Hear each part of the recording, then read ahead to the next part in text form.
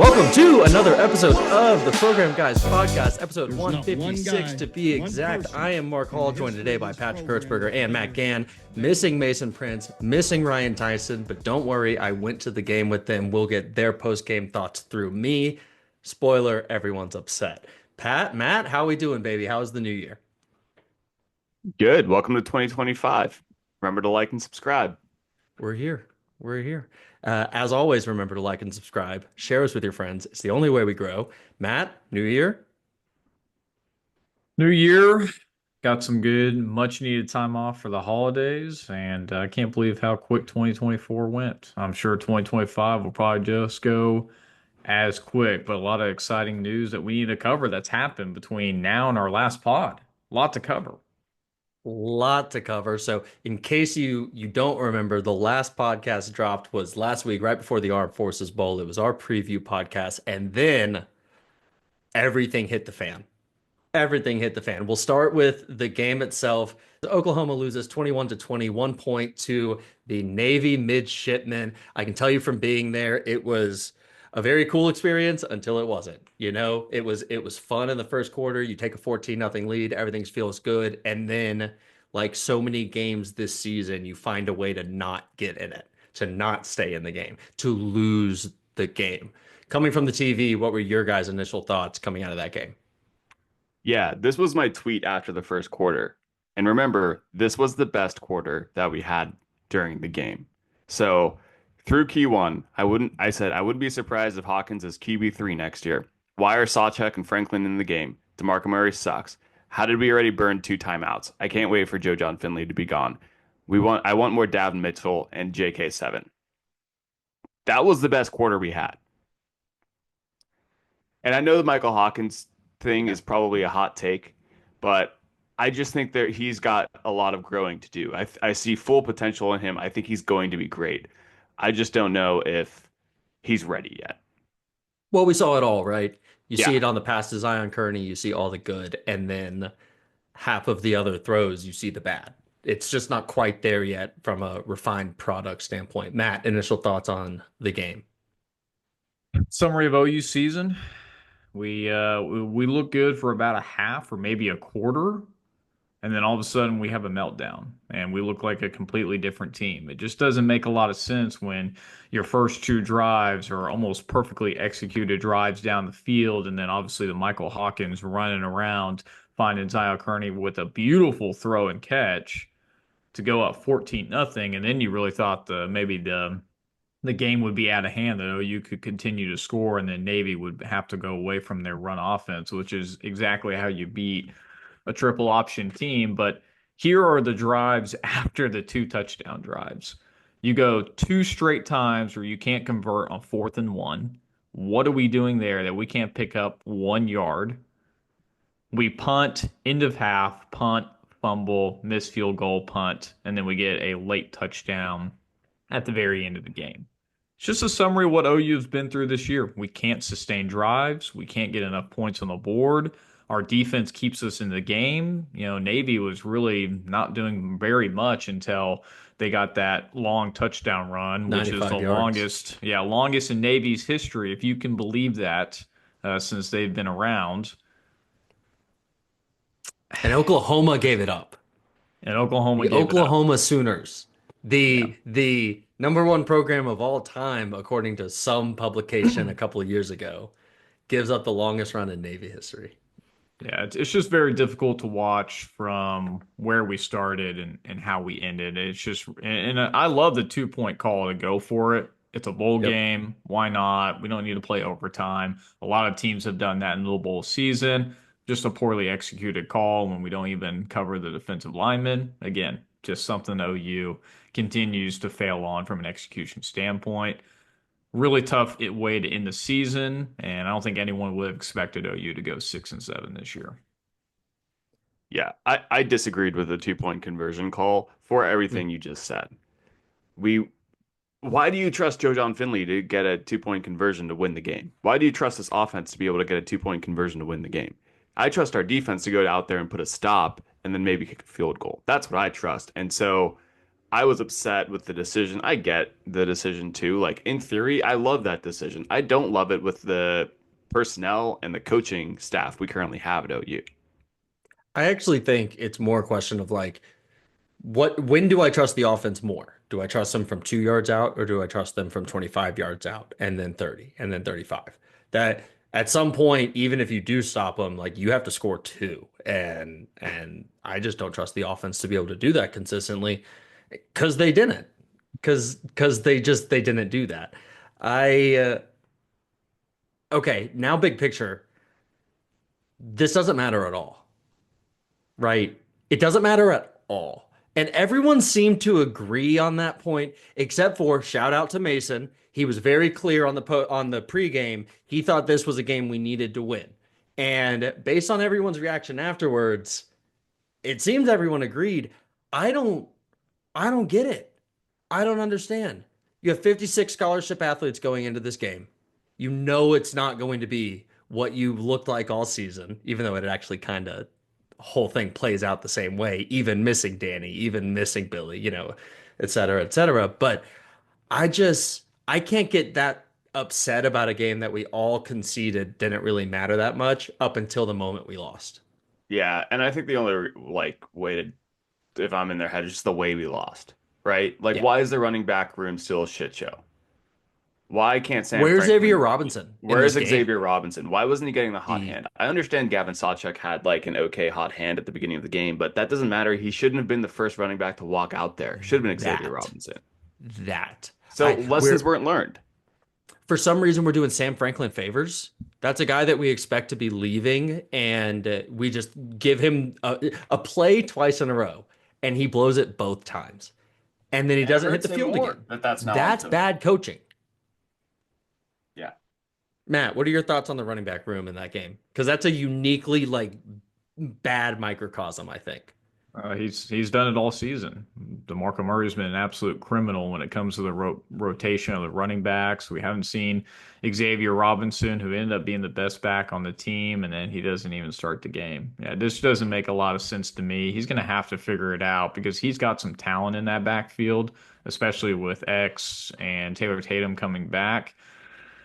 I just don't get it. It really blows my mind to see how DeMarco's handled this room because he has the talent there, but how he plays him in the game doesn't make a whole lot of sense to me, and I think the entire fan base feels the same way. It's so confusing that Taylor Tatum got carries above Robinson to me. Like I know they're completely different guys, but if anything, Taylor Tatum is closer to Gavin Sawchuk, and Xavier Robinson would represent sort of a change of pace. Really weird stuff. Coming out of the game, just real fast before we hit on the coaching change that did happen, I would be totally fine if Joe John Finley and DeMarco Murray found other places of employment this offseason. Where do you guys stand on this stuff? I want to stay on this topic. I am kind of upset they haven't yet, especially with Mm, Joe John Finley. I mm. guess this means he's sticking around because he would have already found a spot, in my opinion, at this point. Like Maybe, maybe, maybe. but Sticking out for the bowl game might have been a thing.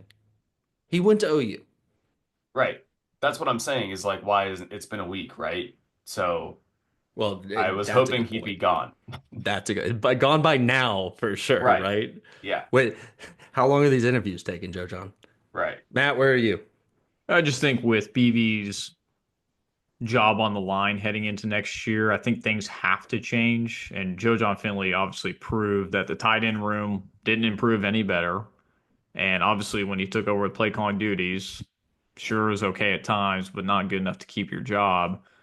DeMarco, I'm kind of on the fence with. Again, he brings in the talent, it's really good at recruiting. It's just not shown on the field until late in the season, which doesn't make any sense. So I think DeMarco maybe gets one more year just to solidify that RB room. But yeah, Joe John's got to go. Yeah, I think everyone agrees on Joe John, man. What do you all think about Emmett Jones? Because I have lots of thoughts. So, number one is those receivers were all missing, right? Those are supposed to be your offense. And I give a lot of people sort of a little bit more relief for that than I think the general public does. But why didn't the other guys get better week over week? Like, why wasn't JJ Right. Hester demonstrably better at the end of the season than he was at the beginning of the season, considering he essentially became wide receiver one? I don't really get how there's no progress with the guys that were getting snaps. And that part kind of concerns me. I don't think you move on from Emmett Jones, but it's a little bit of a disappointment from the development side of things for me. Again, Put in a tough situation. I mean, all the talent was the top 4 or 5 guys. I'm not going to put that on him. That JJ Hester, the sixth guy, is not the It's a wide great receiver point. you want to be. You know It's what a I mean? great point. So Yep. now heading into this year, especially with some of the transfers coming in and having a lot more talent in that room, that's where you want to see the progression go up, especially now that we have a quarterback coming in who can make some of those throws. So I think we're going to see a better idea of what Emmett Jones can not do just off the field recruiting, but what can you do with these playmakers on the field when you have the talent in the right places? yeah, I lean a little bit more with Mark on Emma Jones is a question mark for me at this point. I think you give him another year, definitely. You give him the benefit of the doubt for the all the injuries that occurred. You also give him the benefit of the doubt that he had bad play callers who couldn't get his wide receivers open either, right? Great point too. But at the same time, we had very little wide receiver production this year, and he's taking a chance on these guys in the portal. And that could be a detriment to his career if he has 2 years of poor wide receiver production. One quick thing before we move on. I actually think there's a real possibility your best three receivers next year are guys who are at Oklahoma right now. If Jaden Gibson gets right, if Deion Burks plays, and I am high on Ivan Carry-On, man. I think that guy Very is a difference impressive. maker on the field just with his size and his ability to move at that size. It's Drake London with 2 more inches if he grows and plays the right kind of way. Let's move on to one change that did happen that there was a lot of smoke for, but none of us really found the fire until it burned our house down. Zac Alley moving to Morgantown, West Virginia to take the defensive coordinator job for head coach Rich Rodriguez. Apparently, reportedly, for less money than Oklahoma ended up offering him. And I have a lot of thoughts around this, but I want to open the floor to you guys. Matt, what do you think about Zac Alley taking the West Virginia DC job?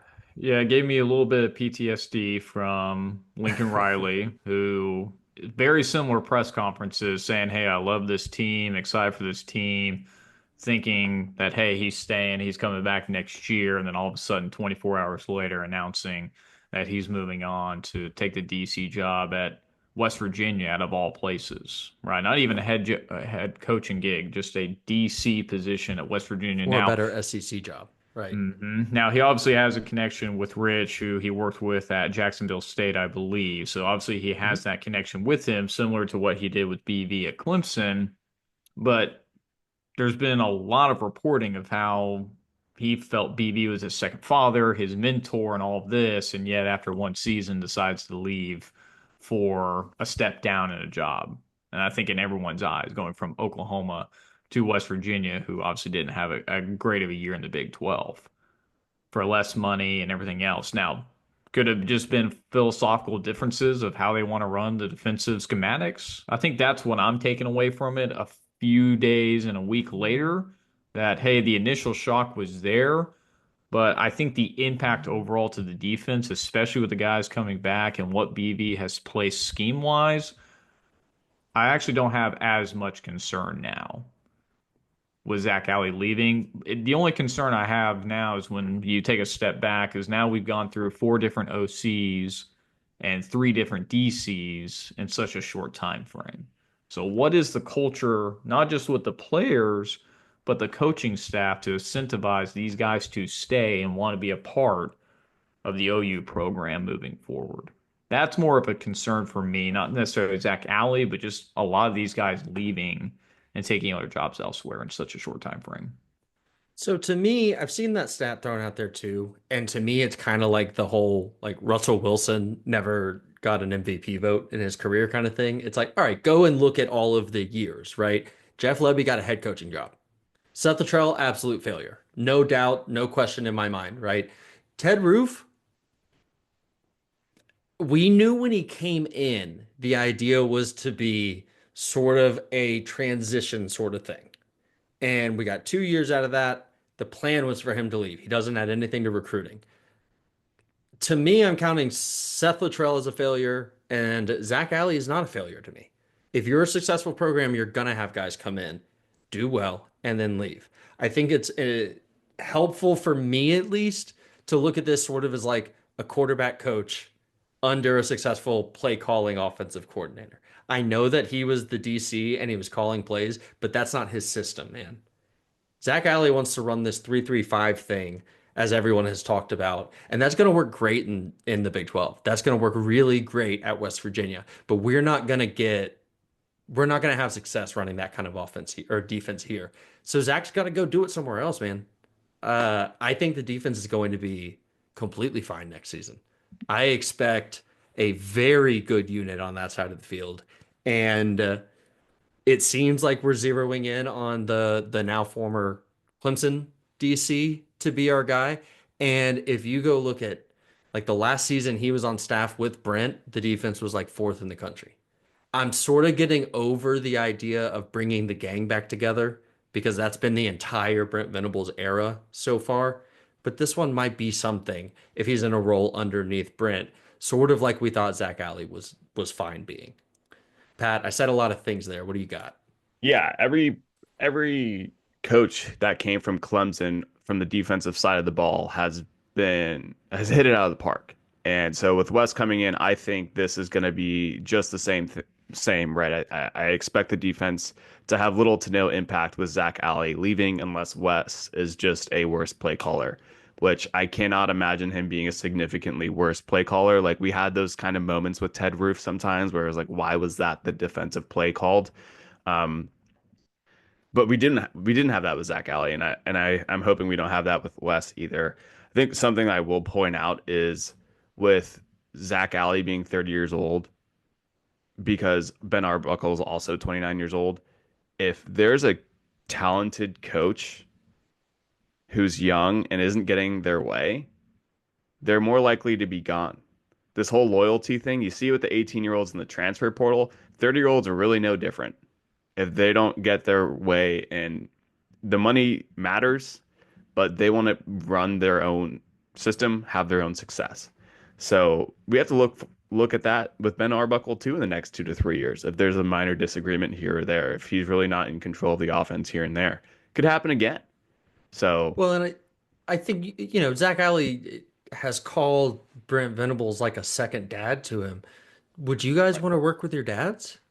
I love my dad to death. I just feel like I'd be worried the whole time. And if he started to come down on me, it would feel a little differently than if a regular boss comes down on you. There's just other dynamics there. And I think I was listening to the unofficial 40, and I think Kerry said it. He was like, Brent's never going to see me as more than a GA. So I need to go somewhere else and do this. Now, the shitty thing is, Zac Alley turned Oklahoma into a stepping stone. That's not cool, man. That's yeah, Brent gave you an opportunity, and treating it that way is not really how you do business, but I think Oklahoma's going to be fine. I agree. Matt, thoughts on the DC hire?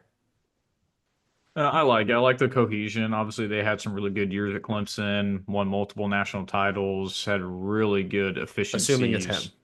Assuming it's him, right? Obviously, there's a Yeah. lot of Assuming it's reports West now Goodman. that Clemson has fired him after this past season, that the obvious choice for DC to fill that vacancy would be him, and having, to your point, Mark, a reunited or a homecoming again with all of the Clemson staff. So we'll have to see in the next few days that happens. I'm sure it'll be pretty quick if it does, but again, I think with the talent that's coming back and the scheme that's already put in place, it would be pretty easy to fit in Wes into the system moving forward. So I'm not too worried about the defensive side of things. Yeah, I sort of think if you don't really have time to introduce a completely new sort of defensive ideal here, and you hired Brent Venables for his defense anyway.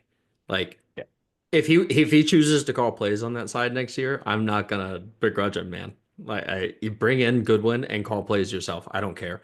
It's on you to get this right. It can't be on Wes Goodwin to get it right. It's on you to get it right. So, any final thoughts on the Zac Alley departure, FZA, all of that before we move on to the transfer portal?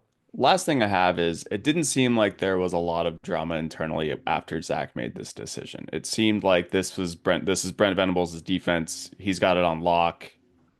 There wasn't a lot of noise. There was like a couple tweets here and there from the players, but the noise level was kept at a minimum, and I think that's because everyone knows in that room Brent's the defensive coordinator. Well, and to your point, moving on to before we even get to the transfer portal, guys who are staying. Right. And you're looking at Robert Spears-Jennings and Dominic Williams announcing this week that they are going to return next season to Oklahoma. Uh, we haven't seen anything negative about Jaden Jackson, David Stone, Grayson Halton, some of the guys that we were expecting to come back. So I'm going to assume that things are good there. The only person we've lost on the team since Zac Alley left is linebacker Lewis Carter, a guy that I think we all love, but if you're going to be a backup next season too, then I sort of get him leaving no matter who the DC is, right? Matt, what do you think? Well, we lost Hassan and Lewis Carter, so I think we are losing a little Well, bit of sure, but depth in the Deshaun left linebackers. before that. You're Yeah, right. I'm just You're saying right. that You're now. right. Now I think the Absolutely. linebacking is a little bit thin, so some of the Mhm. guys are gonna have to come in and step in because now we're looking at Kip Lewis, we're looking at Samuel Mosigo, maybe playing like a hybrid linebacker, maybe that cheetah position Kobe. potentially, and Kobe McKenzie. So those are your three guys that are gonna have to obviously fill the void of Danny and all of that moving forward, but one injury and who's backing those guys up. So I know that's a game you always have to play, but it's good to see Dominic Williams, RSJ, those guys coming back to solidify the defensive line and the secondary. Both made a lot of big impacts. I mean, Dominic Williams and Jaden Action Jackson were stuffing those offensive linemen to allow our linebackers to make plays, especially in the run game. So having all those guys back is going to be very crucial to a very pivotal year where, again, OU is going to have probably the toughest schedule in the ACC, and we're going to need all of those guys to make major impacts. Patrick, what do you think? Yeah, I think Lewis Carter is the blow, right? I mean, I said there Yeah. wasn't noise. Lewis Carter was the noise. I think that's a blow to the team just from a competitive depth standpoint. Definitely a talented player that you don't like to lose, but RSJ and Dominic Williams coming back is huge. Jaden Action Jackson tweeted like a lock right after, Zac Alley left, so he has not wavered, I don't think. Um, so I feel really confident. I love that. I love that RSJ and Dominic Williams are coming back. The defense in general, I don't think they're going to lose a step. I think they could even improve even after losing guys like Billy Bowman and Danny Stutzman. I mean, we saw Bowen. We didn't mention this. Peyton Bowen was flying around against Navy. Like he was getting action. He was in there. I think he might have been the best player of the game. I am, man, if the defensive line can take the kind of step that we all know they can take next season, the defense could absolutely be better. And I'm saying that without knowing there's a DC. Because you know what? RSJ is saying that without a DC. Dominic Williams is saying that without a DC. If they get their shit right, R. Mason Thomas is going to say that without knowing the DC. He's the Like biggest there one is that's still out there. That's the biggest one that's still out there, Yeah. as far as we know. But he's the only one that hasn't confirmed yay or nay, and from the draft eligible guys. And man, if he comes back, I really think that that's going to be a unit. Even if he doesn't, it can be, but it sure helps to have a potential first round pick come back.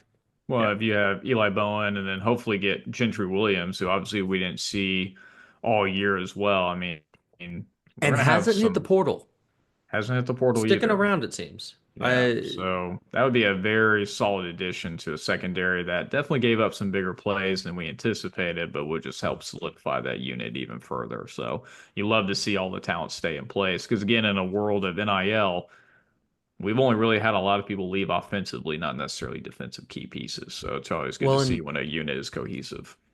if you get a guy like 6'1" Gentry Williams back, you can play more with what you're doing with Eli Bowen. He doesn't have to be on the 6'2" guy, the 6'3" guy. Yeah. You can move him around more if you're more comfortable with the other pieces you have there, and it's not somehow a regressing Woody Washington.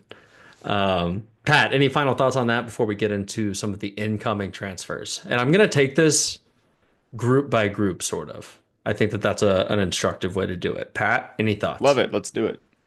All right, cool. Let's start with the quarterbacks. Very easy. John Matvichas from Washington State. That's the prize of the entire transfer portal, along with Cole Gonzalez, quarterback from Western Carolina. Both guys transferring in to Oklahoma. John Matvichas kind of speaks for itself, right? He's a gamer. He's a winner. That's what we're staking basically all of our hopes on is that the John Mateer Ben Arbuckle combination is magic and can reproduce some of that Lincoln Riley Baker Mayfield juice from the mid aughts. What do we think about that? That's exactly the Mid vibe that I get. teens? Mid teens? Aughts would be the 2000s, Mid-teens. right? Shit. Feel like I was Close. on a good page there. Go ahead, Matt. Yeah, I feel really good. Obviously, Washington State didn't have the best schedule, and they played a lot behind, but Mateer is a baller. He's a gamer, just like you said. He can make every throw on the field, but he can also utilize his legs when he needs to. So it's good to see, again, we have a dual threat quarterback who can read the field and make the plays and execute at a very high level. Again, watching a lot of his tape from this past season, you really like to see the types of throws that he can make and what he can produce on the field. We just obviously didn't have that in the past year with Jackson Arnold or with Mike Hawkins. Again, were they put in a bad situation? I'm sure John Mateer would have struggled as well in this OU offense this past year, but I think with the upgrades coming in, him just solidifying that offense. Look, the offense doesn't have to be spectacular. If they're just above average, we just talked about it. Our defense is going to continue to keep us in close football games. That's all that we need. I'll have a lot of faith in John Mateer to make the plays when he needs to. But again, they don't need to be lights out like Baker Mayfield in those days. They just need to be above average, and I think we're heading in the right direction. The thing that sticks out to me with Mateer is he just plays with confidence. Like he knows what he's doing on the field every time he is A little taking bit of snap. swagger. A And I little bit don't of think we've swagger. seen that. A little bit of swagger, but to me it's just more like handle of what you're doing. I don't feel like our quarterbacks ever really showed that this season. Patrick, what do you think? Yeah, just looking at, some of the games that we lost. The Tennessee game, we had momentum very early. Jackson Arnold throwing 3 interceptions was the reason why we lost that game. That game's very, very winnable if John Mateer is the quarterback. Missouri, very winnable. Obviously, we would have won that game if John Mateer is the quarterback. So that's just 2 wins right there that most likely would have happened if we had a competent quarterback. And then we're going to see a lot of improvement on that side of the ball. Easily a lot of improvement. So I think this team, I'm not going to throw out like a record yet, but this gets you 2 to 3 additional wins at a minimum, having John Mateer quarterback. I don't know if I'm willing to go there yet, but I think I mean, if it doesn't, then everyone's gone, right? Right. It's the lottery ticket. It's the lottery ticket. Behind him is Cole Gonzalez, Western Carolina. This is your Casey Thompson. This guy has played 3 years at Western Carolina and is coming in to be hopefully QB3. But if Pat's right and this guy beats out Mike Hawkins, then maybe QB2 in certain situations. So not really anything else to add on him. I just wanted to mention him once again. I think we should move now to the wide receiver room because that's really where all of the magic or failure is going to come from. And from the wide receiver room, we have Josiah Martin from Cal moving in. He's a Denton Guyer guy, played with Jackson Arnold in high school. We've got Isaiah Satania, wide receiver from Arkansas. You've all seen the highlight of him returning that kick. We've got Keontez Lewis, 6'2", 185, wide receiver from Southern Illinois, and Giovanni Gibson from Arkansas Pine Bluff. That guy seems to be every OU media person's darling this year. Do you guys have any like main major thoughts on any of these guys coming in? Because I have a couple, but I'm not really definitive on any of them, man. I mean, when you see a one highlight clip from these guys, like, okay, glad they had a good play last year. That's not telling me much. And I'm not going to hang my hat on it. That's for sure. I'm not going to think this player is going to come in and make a great impact. It was the same. I was wrong on this one, but same with Andrew Anthony when he came in. We showed that 1 or 2 plays that Andrew Anthony could perform in Michigan. He turned out to be a great pick, but pickup. But I mean, we're not picking up Power Five guys here like Texas A&M is. Like when you look at Texas A&M wide receiver transfers, that's impressive. That is for sure most gonna work and give them production. This is a lot of darts on the wall here and hoping something sticks. Matt, Yeah, I mean, like the California guy, I think he redshirted this season. He didn't even. I think he only played like a few games. Um, Well, I think that was by that choice. my right. point on I think that was by choice. yeah, I'm high on him actually, but if he was actually good, why didn't we recruit him with his quarterback Jackson Arnold out of high school? Yeah, Yeah. who probably made Jackson Arnold a 5-star, right, when they were playing together. So I look at like the list, and it looks like we're trying to build like a perfect wide receiver. Like one guy's got really good speed, the Arkansas guy. Arkansas Pine Bluff, very good size, good hands. Gigantic. So it's almost like we're building a perfect wide receiver, but we're using a committee to do so. And to Pat's point, taking a couple shots to the dark, it is a little bit concerning that we're not getting Power Five guys, that we're having to go to these smaller or FCS schools to get some of these guys. I think for me, it's not that all of them have to be a boom play because you're going to have some bust in there. My main focus is who can complement and add depth to Jaden Gibson and Deion Burks. That's my biggest thing.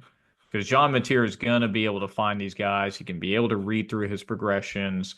And these guys are probably going to be the third or fourth or fifth stringers on the team when it comes to those two guys I just mentioned. So who can complement Dion and Gibson coming in and provide a little bit of spark or a little bit of speed on the outside to give John Mateer a little bit more options. But I think John's going to be able to do it. I mean, he's proven at Washington State that he can. So I think these are some good additions. It's just a little bit unknown who's actually going to be able to play out. Yeah, I am. You said something in there, shots at the dartboard, whatever it is, a lot of darts, whatever it was. That's what this is. That's what this is, and that's what you kind of need this to be. Because again, if you don't get production out of Deion Burks, if you don't get production out of Jaden Gibson, it's not working anyway. It is most likely not going to work anyway. It didn't this year. It's not going to work next year. I think that they are rightfully high on former 4-star Zion Kearney, former 4-star Zion Reagans, former 3-star Ivan Carrion, who's bigger than everyone on the field when he steps onto it. All you really need to do is find someone who can beat those guys out. Because Deion Burks walks in as a guy who's going to get snaps. I think Jaden Gibson, if he's physically right, walks in as a guy who's going to get snaps. Now you're looking at these guys. Let me tell you who Keontez Lewis, the Southern Illinois, sorry, where was he from? Southern Illinois. I was right. Yeah. The Southern Illinois wide receiver got offers from originally when he came out in the class of 2021. So he signed with UCLA, but he had offers from Oregon, Texas A&M, Ole Miss, Auburn. I can keep going. I can Google it, or I can keep going down the list. It's all teams. Tennessee. Josh Heupel thought he was worthy. So it's not like we're taking guys who just never had interest. It might be that they're guys who are diamonds in the rough. I don't know for sure, but when you're gonna go pay Keontez Lewis maybe like 25K, 30K, 50K to come play ball for you versus $1 million for Micah Hudson, who had 8 catches last season, and you've got several of these dudes just to fill around your dudes you like, I don't mind the play as much at wide receiver. I've talked That's a myself great into it. I know I that's a have. great perspective. You guys are talking me into it as well. I think that's an awesome perspective. Um, Because I because do how think much do that you think we paid John Mateer? Darian Mensah got 4 point something million for 2 years at Duke. I think he John got Mateer has to two to break three that. million. I think he got 2 to 3 million. I think he definitely broke three. I Yeah. don't know because we were on, I think out of the teams that were offering, we were the third, or I think it was us, Miami, and A&M. No. No, Carolina, Vanderbilt. Carolina, Oh, Carolina, Carolina. Oh, We Carolina. were the Carolina. Sorry. out of the offers, we were the Bill third. Belichick. Yeah, we were the third on that rung. And again, I don't know what numbers are, but he obviously took less money to come to Think Oklahoma, about the which I size was, of those schools, man. yeah, That's an NIL. That's going to be a continuous battle that Oklahoma has to yeah. to fight. But it's a good point because that's why we're not picking up those wide receivers that A&M is picking up, right? We threw our money at a quarterback, and now we're trying to find diamonds in the rough. These guys might be really good. We'll have to see, but it seems like we're working on a great value budget here for someone who's just as good as the big names, right? All these guys had production. That's not arguable. Or at least the FCS guys, right? They had great Well, production. and even Satania, he didn't have nothing last season. It's just like he's not coming in as a wide receiver one from another team the way some, Eric Singleton does out of Georgia Tech going to Auburn. Right. Side note, Jackson Arnold's going to be awesome next year at Auburn because he's now got Cam Coleman and Eric Singleton to throw to instead of Jacob Jordan and freaking JJ Hester. Anyway, We'll see. anything else on receivers, Matt? No. No? All right, let's look at the tight ends, man. Will Higgins, the vaunted Pitt State tight end, comes in and joins the group. Carson Kent out of Kennesaw State. And just today, did we not sign another? No, we just offered No, offer John John Locke Locke. Yeah. out of Louisiana Tech. All of these guys run very big dudes, 6'5" or larger. And I guess they're doing the same kind of thing with the tight end room, man, and hoping that Devon Mitchell can really take that step. Because if Devon Mitchell takes that step and one of these guys can prove to be a very quality backup tight end or just second tight end, then you're fine. If Devon Mitchell doesn't take a step, you're asking a lot out of guys who just haven't done it nearly at this level. Yeah, Matt, Matt. the guy from Kennesaw State, even though Kennesaw State was a very bad team this year, I think he got all conference, I believe, for his position. So, I mean, could you get the like to most see yards it. as well. Yeah. First year at the Division One level for Kennesaw State. So they were terrible, and he still had a better year than a lot of our receivers did. Yeah.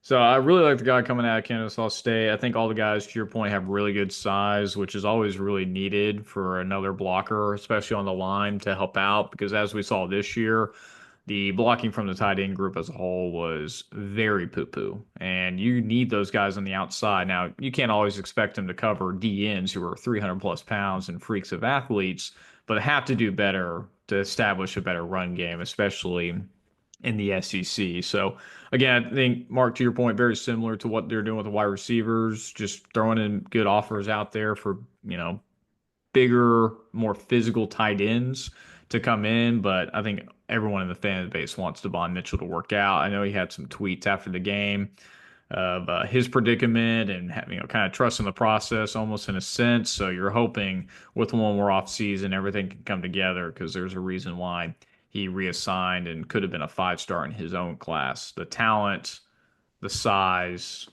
is all there. Can he put it all together and hopefully get on the field? Because that's the guy that you want. Interesting thing about that is in that tweet that he sent out, and I thought, very mature for a guy who did reclassify, took on this extra challenge, and it proved to be too much for him. I think we can say that after a Yep. year, right? He said all his faith is in Coach V and the staff. He doesn't mention Joe Finley.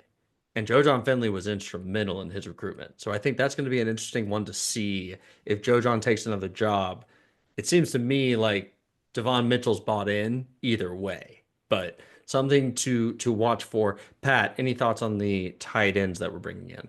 Yeah, especially with just one more point on Devon is like Mike Hawkins is staying around, they're buddies, Hmm. and Yes, not Mike big time. Hawkins isn't just staying around. The fans love Mike He's Hawkins. bought So in, man. the fans love Devon Mitchell. We haven't even seen him play a snap. So, I mean, obviously, I know he feels that support after wanting to send that tweet out too to kind of justify why he wasn't playing. But tight ends in general, man, I just hope that they can block.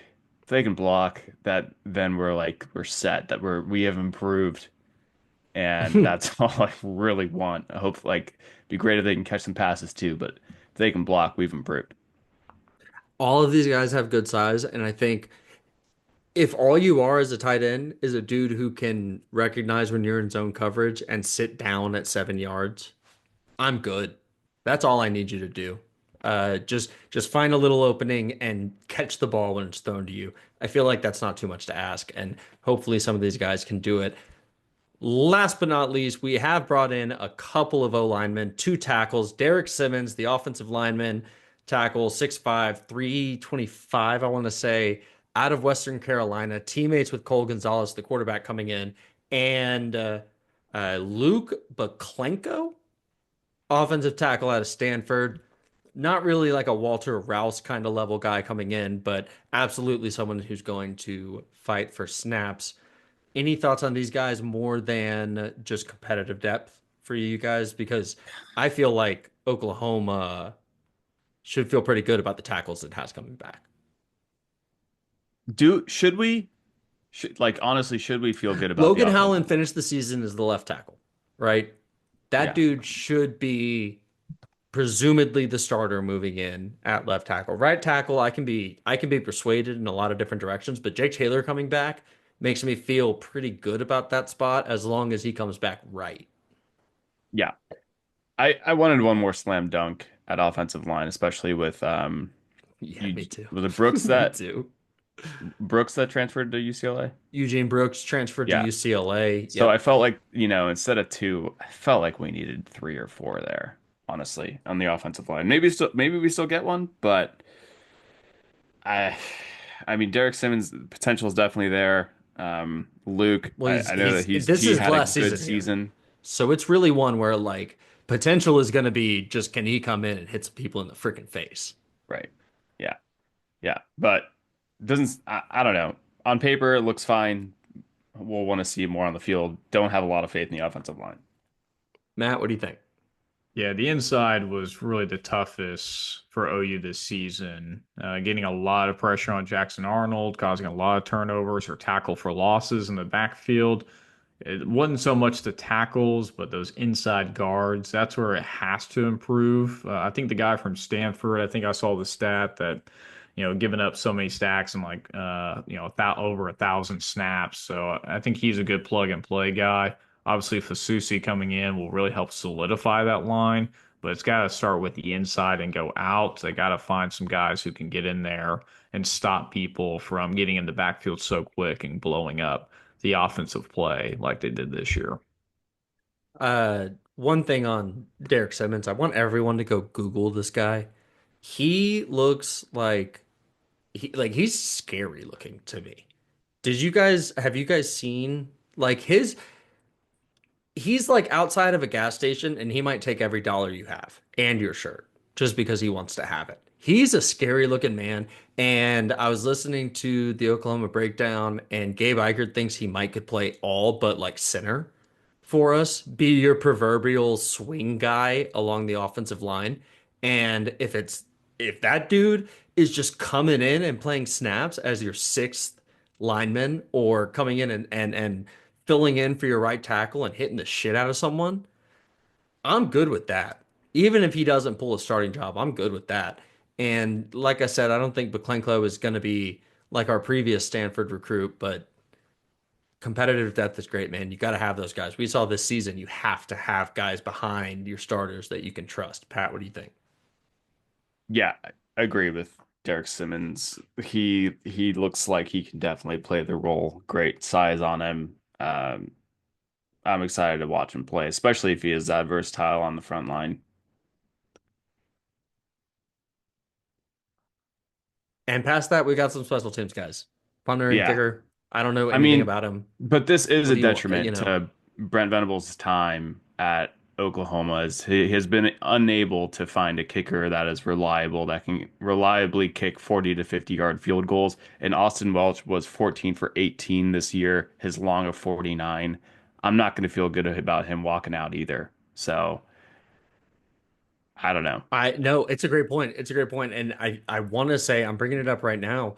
I believe that it's going to be him and a freshman at kicker next season. Place It's not that hard to find kicker a kicker, and Brent Venables can't do it. Liam Evans. Liam Evans, yeah. It's going to be him and Liam Evans, and I imagine you bring in a guy who's only 14 of 18 kicking. You're either really seeing something you can coach up, or all you need is some competition. And in either direction, I don't feel great about what that says for our place kicking. Matt, what do you think? No, the punter I think was the number one punter in the portal, and obviously we saw this year with Luke Zinga almost being the Successful with MVP this. of the some of those games. So we've had very fortunate the last few years from a punter perspective of bringing some guys in who have made pretty big impacts on special teams, but we have not had a consistent kicker in quite some time who we can rely on to make even 30 to 40-yard field goals and feel good about putting your kicker out there and making those because 3 points can mean a lot, especially in some of those games that we played this year. So. Be really interesting to see if they bring in anyone else in or who ends up taking the starting job. But yeah, kicking's been an issue all during BV's era, and I'm not sure why we can't figure it out. I'd be interested to look back. How many games did we lose that we also missed a kick that would have changed the score for us? How many 2 point losses do we have? How many 1 point losses do we have? You lose by one to Navy and we miss a kick along the way. Like that. 52 yarder. Yeah. Yeah, yeah. Yep. And you're at Oklahoma. 52 should be makeable. Yep. That's the game. That's the game. The standard is high. That's all for the transfer portal, except that there were reports today. Marvin Jones, former 5-star, former Georgia, former FSU, Florida State defensive end, was on campus. His dad is apparently the head coach for the Tulsa Drillers, which is an indoor football team playing obviously in Tulsa, and can't hurt, can't hurt. And I'd love to get another body in there that has played competitive football at this level before. Marvin Jones sounds like he might be one. That would be great for us, I think. Yeah, especially if Armason Thomas does decide to not come back. I feel like Marvin Jones Jr. throwing a lot at him would be very, very beneficial. The negatives are he has been hopping around, hasn't had, Yep. I think he had like 10 solo tackles, 15 assists this year. So he's definitely like played a good amount of ball, but that's the negative. The positive is with Miguel Chavis and Todd Bates being absolute maniacs, they're the kind of guys who can turn this former 5-star into a true 5-star at a collegiate level 3 years into his career. Yeah. Matt, what do you think? Anything? Nope. Nope. All right. That's all we got on the transfer portal. One little update on current Oklahoma commit, Michael Fasuzi. He is at the Under Armour All-America Week camp, whatever it is, earned the On3 MVP honors for his performance there. In case anyone's doubting what Michael Fasuzi could be for Oklahoma, just keep watching. He's going to be great. I don't think he really hits the field too much freshman year. He's got to build some weight, build some mass on him, but I would have said the same thing about Caden Green. And we saw him perform very well for Oklahoma down the stretch 2 years ago. So shout the frick out, Michael Fasusi. Yeah, so much talent at those kind of camps or weeks and Under Armour things. Mm-hmm. To have him be MVP, especially like at the position he's in, right? It's not a quarterback, it's not a wide receiver, it's not a running back, it's an offensive tackle. Just That's building some pretty mass. sick, right? That's sweet. Yes. Yeah. Yeah, Matt? I saw a quote on X from Cody Belair, who's a national scout for On3 Recruits, and he tweeted about Michael Fasusi. He said, "This is the best offensive line performance I've seen since joining On3 and being able to attend these All-American events. Outside of losing one rep of one-on-ones, Fasusi was basically flawless all week long. Extremely impressive." Mark, I'll disagree. I think he's going to be a plug and play guy the first day. I would actually be surprised if he's not in the starting lineup. I think he has just got that much talent, and he actually needs to be that guy to solidify the offensive line since we just did not have any of that. Now, did they get better a little bit more cohesion in the season? You could say that, but this guy's got way too much talent to leave on the bench. I think he's starting day one. We should absolutely put something on this, similar to like a blazing wing challenge. One of us, whoever's right, whoever's wrong, if you're still with us, let us know in the comments. What should we do, right? If Michael Fasusi doesn't start, Matt's gonna have to do it. If Michael Fasusi does start, I will absolutely do it. I'm jumping on it. I know Matt will too. He's a true gamer, a competitor in his Put in the own right, comments, right, baby. Matt? Put in the comments. All right, we'll see. That's all we got, guys. MVPs. I know Patrick's got one ready to rock. Pat, go ahead. Yeah, our guy Baker Mayfield absolutely snubbed out of the Pro Bowl Snubbed. this year. So my MVP Insane. will be Baker Mayfield, just to highlight a great season he's had. 42 touchdowns. This is NFC stats. So 42 touchdowns. He's the best passer completion percentage in the NFC, second highest passing yards, second best passer rating, second most QB rushing yards. That's just, and you don't think he's the top rushing three? yards. Crazy. Yeah. So I don't know. That's ridiculous. Baker Mayfield, my MVP. Great season. Fan votes are crazy. Fan votes ruin stuff like Pro Bowls and All-Star games. Matt, go ahead, MVP.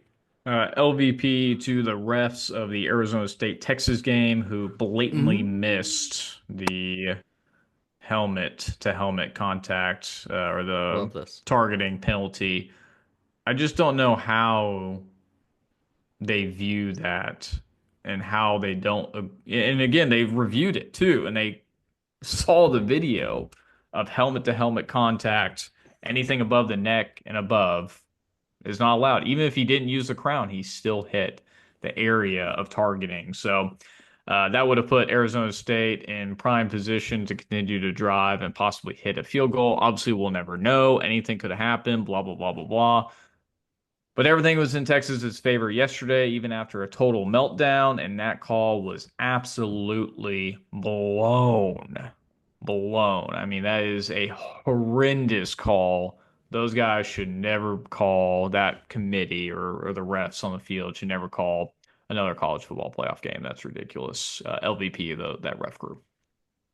One of my favorite things is when people are like, your career should be ended because you made a mistake. Well, it is one of my favorite things. Never a playoff game. No, never an important game. Sure, if you're want right. to go back to whatever conference you're from, sure. I'm not going to end your career there, but that's a blatantly huge missed call that has a huge impact on the outcome of the game. You just can't do that.